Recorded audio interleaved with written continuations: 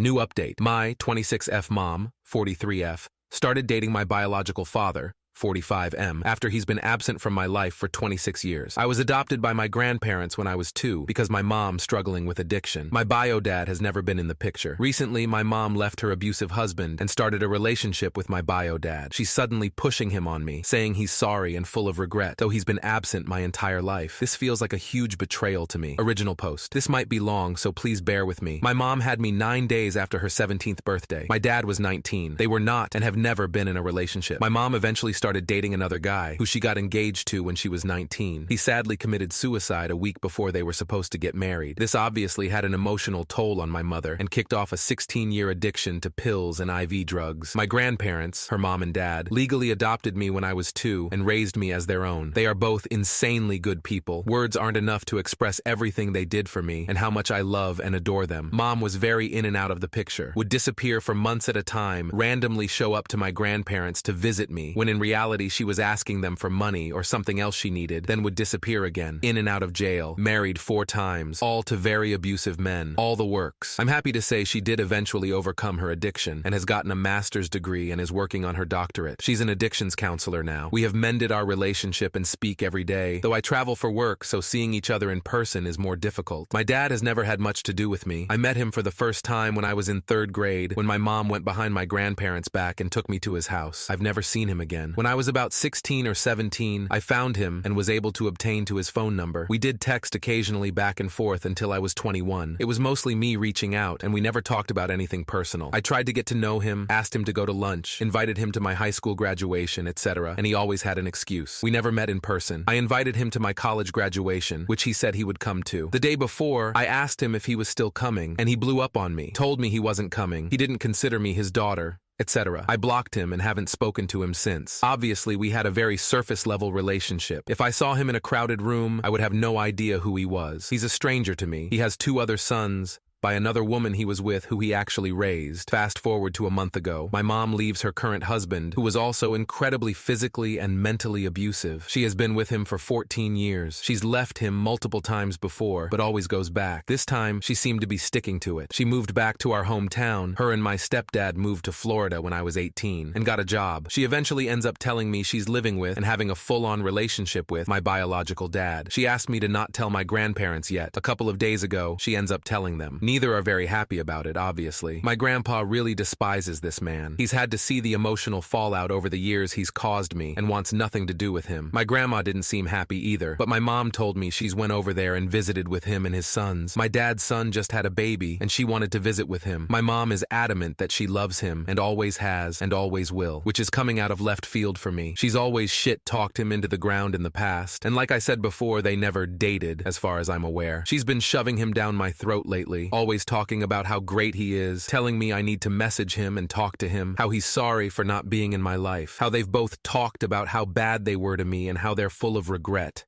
I feel like a terrible person for being upset about it. I'm so glad my mom is getting away from my stepdad. I'm so thankful she made it out alive and seems to be happy. I feel extremely betrayed, though. Out of the billions of people on this planet, she goes to that motherfucker. I feel kind of betrayed by my grandma, too. She lied to me about seeing him, which isn't normal for her. I don't understand why everyone is being so accepting. Minus my granddad. I feel bad for it, but I can't help to feel pissed off and hurt. Sorry for the lengthy post. Thanks for listening. TL.dr. My mom left my abusive stepdad and went straight to my biological father, who hasn't really been in my life at all. Update. I posted on this sub over a year ago about how my mother started dating my biological father after he had been absent from my life for 26 years. He has 2 other children he was around for. I suck and am unsure how to link it here, but it's in my post history if anyone cares to read it. They ended up getting married this past June. My mom did try to force a relationship with him and his 2 kids on me prior to their marriage. I moved to the West Coast for work and decided to go no contact for a couple of months to think things through and determine how I really felt. In the midst of no contact, I found out they got married. I did talk to my mom and laid out all my feelings about her and the situation shortly after that. She basically gaslighted me and told me I need to forgive and forget. Needless to say, I no longer speak to her or have anything to do with any of them. I'm content with this decision. I realized I am much happier without her in my life, have much less stress and anxiety this way. Relevant comments. Commenter, you do what's best for you. Q, how did they reunite? Did he ever say anything to you? OP, I'm honestly not sure how they reunited. I'm assuming probably social media in some way. My mom did kind of force interactions upon us, but they were very awkward. Lots of small talk. Sometimes just totally ignoring the other one, LOL. My mom kept telling me he was too stubborn to apologize, so he was waiting on me to. I told her I didn't feel I had anything to apologize for. Commenter, good for you. Your parents are morally bankrupt. You will have a far better life without them in it. Story 3. Eta for asking my 28MGF 27F to block men she emotionally cheated on me with. Oh boy, feel like an idiot just writing this down already. My 28MGF 27F have been together off and on for over a year, 15 months roughly. We recently got back together after about a 3-week hiatus. After being together for 2 weeks again, I caught her lying to me about still being in communication with 2 different men she has a past with, one being a sexual relationship, the other being a guy who clearly wants to be sexual with her. Messages to the first guy involved flying out to meet him or having him come to meet her. This was after she insisted to me she had 0 contact with him. For months, she told me this. Messages to the second guy, work colleague, were sexually explicit, including writing his D*CK, coming inside her, etc. I was obviously devastated when I confronted her. I told her she was deceitful, untrustworthy, etc. She cried a lot that day and begged for another chance, saying she would prove to me she would change, stating she has a need for male validation stemming from childhood trauma. She stated she knows she's a bad person and agreed to do a lot of internal work, therapy, to work on these issues. She insisted on providing me her phone location, social media passwords, etc. I only demanded she block these men and cease communication, which she did. Furthermore, I asked that she let men know in the future she is in a committed relationship. About 2 weeks have gone by, and I've told her that building trust back is a process. I love and care about her a lot, but find it hard to trust her fully yet, considering she lied about being in communication with one for months and lied about the nature of her work relationship for months as well. Recently, we've argued because she insists that blocking these men has caused her anxiety, specifically the work colleague. He reached out to her somehow, even though I believed him to be blocked on everything, inquiring why she blocked him. She believes the respectful thing to do was to provide these men an explanation as to why she was blocking them prior to doing so.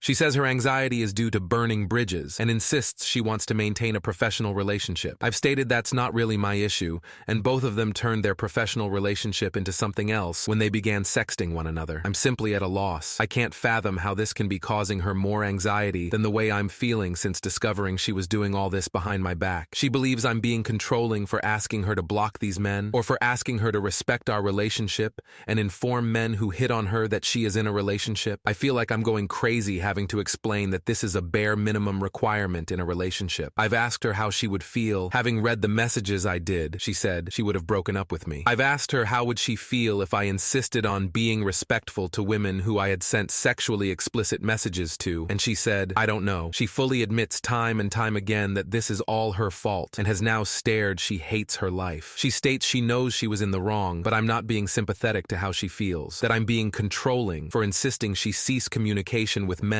she was emotionally cheating on me with. I find it very difficult to be sympathetic in this situation. I'm at a loss for what to do or move forward. We both want a future together. We both love and care for each other a lot, but I feel like I'm asking for the bare minimum in terms of respect here, and she is focusing on how she feels instead. So, Reddit, Eta, for asking my girlfriend to focus on fixing our relationship, building back trust, when she seems more concerned about how men she emotionally cheated on me with perceive her. Relevant comments. Commenter, just move on. None of this is healthy. She's lying. She snuck around and wants to continue doing so. YTA for even sticking around. This is beyond repair. Commenter, once a cheat, always a cheat. You cannot change anyone. To help you move forward and make decisions in the future, you should consider therapy. It will benefit your mental health overall. Story 4. Wibta. If I told my family the truth, I, 38F, have a sister, 40F, who has completely fooled my family about who she really is, and I'm at a breaking point. Here's the backstory. My mom passed away from cancer last November. My sister and I were always close-ish until her passing, and since then, I absolutely cannot stand her. My mom was married to my stepdad for 19 years. Sure, it wasn't a perfect marriage, but he made her happy after being a single mom for 18 years. When she got sick, my sister would go to her doctor appointments, chemo treatments, and do some shopping. I, on the other hand, went over every day after work to change her stoma bag, give her showers, treat her wounds, and take care of all the medical necessities. Our younger sister, 35F, handled cleaning and taking care of their pets. My stepdad, now 70, did a lot too, but he has his own health issues. When my mom passed away, she was in the CCU of the hospital where I work. My sister stayed with her during the 3 days she was there. All other hospital stays had been with me. On the second day, I had to work, but I checked in as much as I could. My sister stormed into my office screaming that I was a horrible person for not being there 24/7 and basically accused me of not caring that our mom was dying. After my mom passed, my sister took all of her belongings with her, including my mom's phone, which my stepdad repeatedly asked for but still hasn't gotten back. She also insists on clearing out my mom's things from her house, but won't respect my stepdad's wishes to wait until he's ready. Now here's where things get even worse. My mom had a family cell phone plan that included both sisters, her 3 grandkids, my stepdad, herself, and my sister's husband. My younger sister has always paid her bill to my stepdad every month, but my older sister hasn't paid a dime since my mom passed away last November. The contract is up this month, and my stepdad is ready to cut off the phones, which is fair. But when my younger sister relayed the message to her, she threw a tantrum and continued her narrative of how selfish I am and how I take everything from her.